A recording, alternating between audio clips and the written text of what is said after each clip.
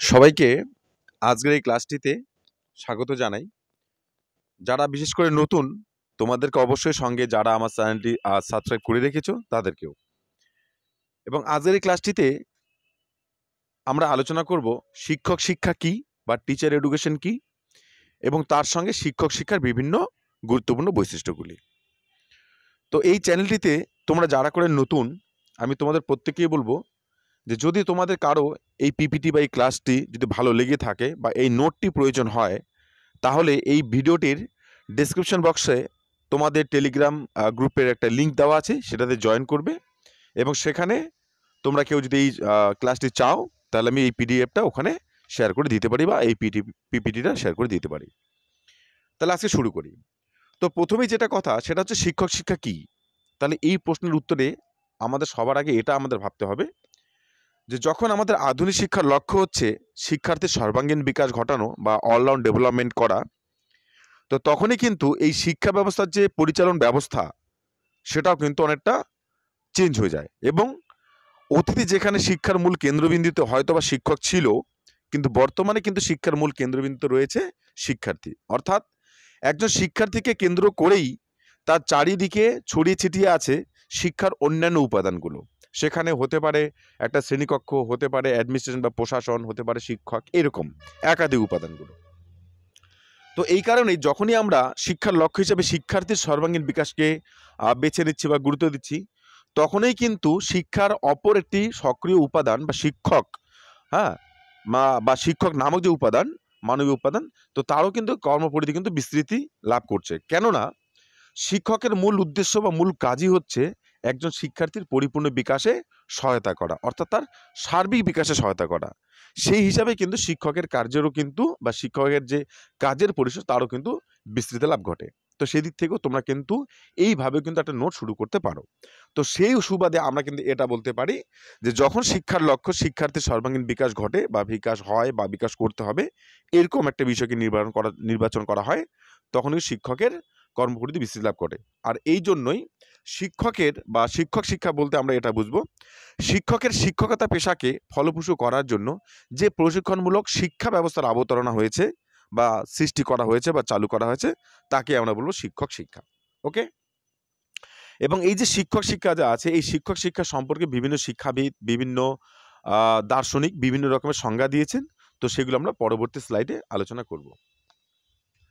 তো প্রথমে আমরা আলোচনা করব শিক্ষক শিক্ষার সংজ্ঞা প্রসঙ্গে সিভি গুড তার শিক্ষা অভিধান, অর্থাৎ ডিকশনারি অফ এডুকেশন নামক যে অভিধান আছে সেখানে তিনি বলেছেন all formal and informal activities, অর্থাৎ সমস্ত প্রথাগত এবং অপ্রথাগত অ্যাক্টিভিটি রয়েছে, অ্যান্ড এক্সপিরিয়েন্সেস, অর্থাৎ বিভিন্ন যে অভিজ্ঞতাগুলো রয়েছে, দ্যাট হেল্প টু কোয়ালিটি, যেটা একজন help to quality a person to assume the responsibilities as a member of A educational profession, অর্থাৎ একজন শিক্ষাগত পেশার সঙ্গে যুক্ত ব্যক্তি হিসাবে তার যে প্রথাগত এবং অপ্রথাগত যত রকমের অভিজ্ঞতা বা কার্যাবলী আছে সেগুলোকে যখন আমরা কি করব, উন্নীত করার চেষ্টা করব।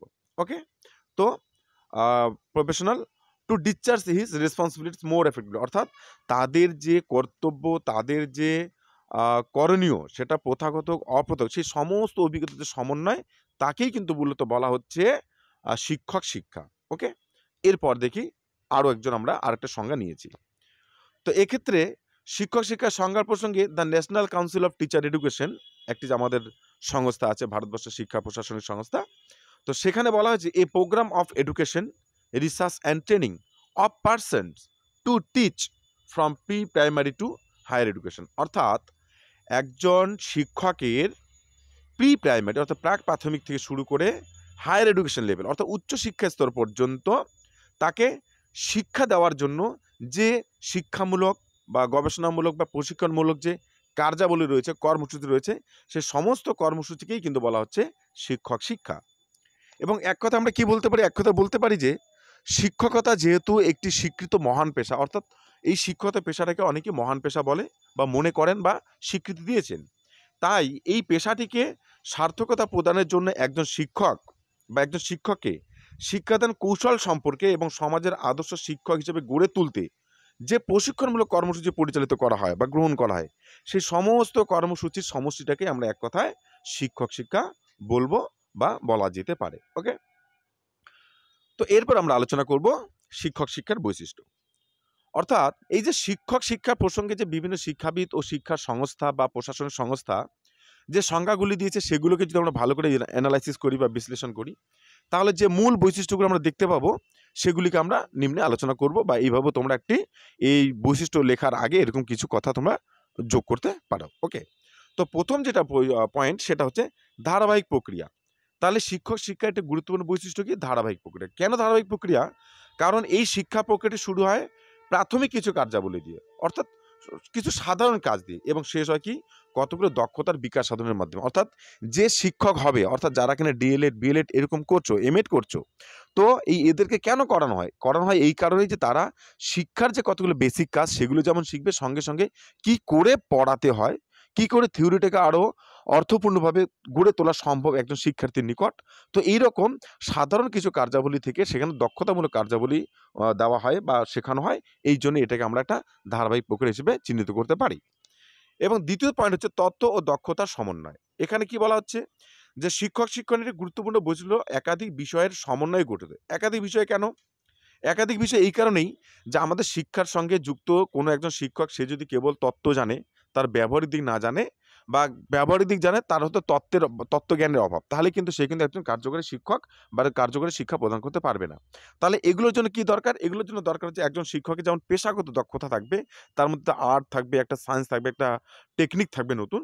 ঠিক একই রকম কিন্তু পেডাগজিক্যাল যে তত্ত্ব আছে, বিভিন্ন শিখন থিওরিগুলো রয়েছে, শিশু বিকাশ তত্ত্ব রয়েছে, তো সেগুলো সম্পর্কেও কিন্তু তাদের কিন্তু একটা ধারণা থাকা দরকার আছে। এবং সঙ্গে সঙ্গে কি বলছে? পেশাগত দক্ষতার প্রশিক্ষণ। অর্থাৎ এই পেশাগত দক্ষতাটাকে আরো কি করে উন্নত করা যায়, এটাও কিন্তু শেখানো হয় হচ্ছে আমাদের শিক্ষক শিক্ষা নামক যে বিষয় বা আহ, শিক্ষক শিক্ষার যে একটা পার্ট, এখানে কিন্তু শেখানো হয়। অর্থাৎ এটাও তার একটা গুরুত্বপূর্ণ বৈশিষ্ট্য। ৩ নম্বর বৈশিষ্ট্য কি? ৩ নম্বর হচ্ছে বিস্তৃত জ্ঞানের সমষ্টি। অর্থাৎ এই যে আমাদের শিক্ষক শিক্ষা আছে, এটা অবশ্যই একটি ব্যাপক ধারণা। কারণ এই শিক্ষার মধ্যে অন্তর্গত কি রয়েছে? অন্তর্গত রয়েছে একাধিক বিষয়। যেমন নিয়োগ পূর্ব, যেটাকে আমরা প্রি অ্যাক্টিভ টিচিং বলতে পারি, হ্যাঁ? আ ঠিক আছে? তো এখানে কি রয়েছে? আ এখানে যে সমল শিক্ষার্থীরা, যে সমল শিক্ষক শিক্ষার্থীরা যারা চাকরি করছে না, ঠিক আছে? মানে প্রি সার্ভিস, ঠিক আছে? অর্থাৎ চাকরিতে নিয়োগ হওয়ার আগেই যারা প্রশিক্ষণ নিচ্ছে, তাদের এই বিষয়টিও থাকে। এবং অনেক শিক্ষক যারা অলরেডি কর্মে নিযুক্ত রয়েছেন, কিন্তু তবুও তাদের প্রশিক্ষণগত একটা ডিগ্রি নেই বা প্রশিক্ষণের অভাব আছে। তাহলে তাদেরকেও আমরা করতে পারি বা তাদেরকেও শেখানো হয় এই বিষয়টি। সঙ্গে বিভিন্ন সমাজের উন্নয়নমূলক কাজ রয়েছে, অর্থাৎ এনএসএস, এনসিসি এই রকমের একাধিক কাজ, কমিউনিটি আউটরিচ বিভিন্ন অ্যাক্টিভিটি রয়েছে, সেগুলোও শেখাতে হবে। সঙ্গে কিছু বয়স্ক শিক্ষা কর্মসূচি, বয়স্ক শিক্ষার সঙ্গে রিলেটেড যে বিষয়গুলো, সেগুলো রয়েছে। বিধিমুক্ত শিক্ষা, অর্থাৎ আমরা ডিস্টেন্স এডুকেশন, ওপেন এডুকেশন এই সমস্ত বিষয়গুলো যে আছে, এগুলোর ক্ষেত্রেও আমরা কি করে একজন শিক্ষককে আমরা আরও দক্ষ করে তুলবো বা আরও স্কিল বেসড করে তুলবো। তো এগুলোর জন্য কিন্তু একাধিক বিষয় নিয়ে শিক্ষক শিক্ষা আলোচনা করে। ঠিক আছে? তাই এটিও তার একটা গুরুত্বপূর্ণ বৈশিষ্ট্য। অপরটি হচ্ছে গতিশীল এবং বিকাশধর্মী প্রক্রিয়া। এখানে এই বৈশিষ্ট্যটাকে আমরা কেন বলতে পারি গতিশীল? কারণ শিক্ষক শিক্ষা অবশ্যই একটা গতিশীল বিষয়। যদি আমরা এটা যদি একটা দেশ বা একটা কান্ট্রির কথা বলি, তার ইতিহাসের কথা বলি, তাহলে দেখা যাবে যে আমাদের ভারতবর্ষে অতীত থেকে শুরু হয়েছে, একদম প্রাচীন থেকে শুরু হয়েছে, আজও সেই শিক্ষক শিক্ষা চলছে। ঠিক আছে? সেই মহাভারত, অর্থাৎ এই যে আমাদের যে বিভিন্ন ধর্মগ্রন্থ যেগুলা আমরা পড়ি, সেই সমস্ত জায়গা থেকেও আমরা যেমন পাই।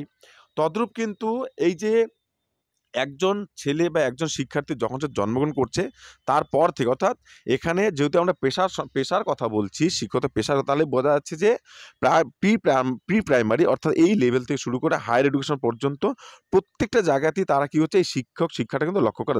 তাই হচ্ছে এটি একটি গতিশীল বিষয়। এবং এটাকে বিকাশধর্মী কেন বলব? বিকাশধর্মী বলার মূল কারণ হচ্ছে যে একজন শিক্ষক বা শিক্ষকের অবস্থান বা তার গুরুত্ব যেমন চেঞ্জ হয়ে যাচ্ছে সমাজের চাহিদার পরিপ্রেক্ষিতে, তেমনি কিন্তু তাকেও কিন্তু বিভিন্ন বিষয়ের উপর কিন্তু তাকে কিন্তু অভিজ্ঞতা অর্জন করতে হচ্ছে। এই জন্যই একজন শুধু শিক্ষার্থীকে বেড়ে উঠলে হবে না, সঙ্গে সঙ্গে একজন শিক্ষক যাতে, তাকেও কিন্তু বিভিন্ন বিকাশমূলক যে অভিজ্ঞতা, বিভিন্ন দক্ষতামূলক যে বিষয়, একাধিক বিষয়, সেগুলো সম্পর্কেও তাকে কিন্তু জ্ঞান অর্জন করতে হবে। তাহলে এটিও তার একটা গুরুত্বপূর্ণ বৈশিষ্ট্য। এরপর হচ্ছে কলা ও বিজ্ঞানের সমন্বয়। তাহলে কলা ও বিজ্ঞান, আর্ট মানে কলা। এবার যখন একজন শিক্ষক শ্রেণীকক্ষে পড়াবেন, তো সেক্ষেত্রে শিক্ষকের কথা বলার ধরন, তার যুক্তি, তার উপস্থাপনের যে একাধিক যে ভঙ্গিমা, দৈহিক ভঙ্গিমা, তাহলে সেগুলোকেই আমরা কিন্তু আর্ট বলতে পারি। ঠিক আছে? তাহলে সেগুলো হচ্ছে শিক্ষাক্ষেত্রে কলা, এবং ওটা শুধু ওটাই থাকলে হবে না, সঙ্গে সঙ্গে টিচিংয়ের যে কতগুলো প্রিন্সিপাল আছে, যেমন সরল থেকে জটিল, ঠিক একই রকম শিক্ষার যে বিষয়বস্তু, সেটাকে একজন শিক্ষক যখন সরল থেকে জটিল মানে বৈজ্ঞানিক স্টেপ বাই স্টেপ বা বৈজ্ঞানিক পদ্ধতিকে লক্ষ্য রেখে তখন যে শিক্ষকতা করবেন, তখনই কিন্তু সেই জ্ঞান বা সেই শিক্ষার যে একটা বিষয়, সেটা কিন্তু শিক্ষার্থীদের কাছে কিন্তু একটা গ্রহণযোগ্য এবং অর্থবহ হয়ে উঠবে। তাহলে এটিও কিন্তু আমাদের শিক্ষক শিক্ষার একটা গুরুত্বপূর্ণ বৈশিষ্ট্য। অপরটা বৈশিষ্ট্য কি? তাত্ত্বিক ও ব্যবহারিক জ্ঞানের সমন্বয়। তাহলে এখানে তাত্ত্বিক ও ব্যবহারিক জ্ঞান বলতে কি বোঝানো হয়েছে? যে একজন শিক্ষকের যেমন তত্ত্বগত জ্ঞান থাকবে, তেমনি তার কিন্তু একটা ব্যবহারিক জ্ঞানও থাকবে। অর্থাৎ তিনি হয়তো মুখে মুখে হয়তো বলে দিল যে কি করে এটা করতে হবে, ওটা করতে হবে, ওটা করতে হবে।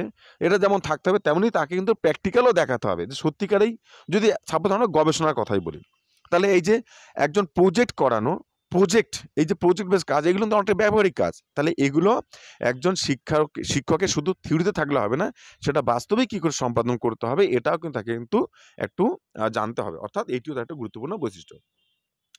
এরপর কি মহান পেশা শিক্ষা। তাহলে আমরা শিক্ষকতা পেশাটাকে যেহেতু মহান বলছি, কেন মহান বলছি? তার কারণ শিক্ষকতা পেশাটাই হচ্ছে এমন একটি পেশা, যে পেশাটা শুধুমাত্র যে মানুষ গড়ে একপাক্ষিক বা স্বাতন্ত্র্য হিসেবে তা কিন্তু নয়। সঙ্গে একটা মানুষকে উপযুক্ত সমাজ গঠনে, অর্থাৎ শিক্ষার্থীকে গঠন করবে, এবং সেই শিক্ষার্থী দ্বারা সমাজ কী করে গঠন করা যাবে, সেটিও তাকে ভাবতে হবে। সঙ্গে সে যদি এটা ভাবে যে না, আমি একজন শিক্ষক, এটুকুই আমার লিমিটেশন, এটুকুই আমার সীমাবদ্ধতা, সঙ্গে নয়।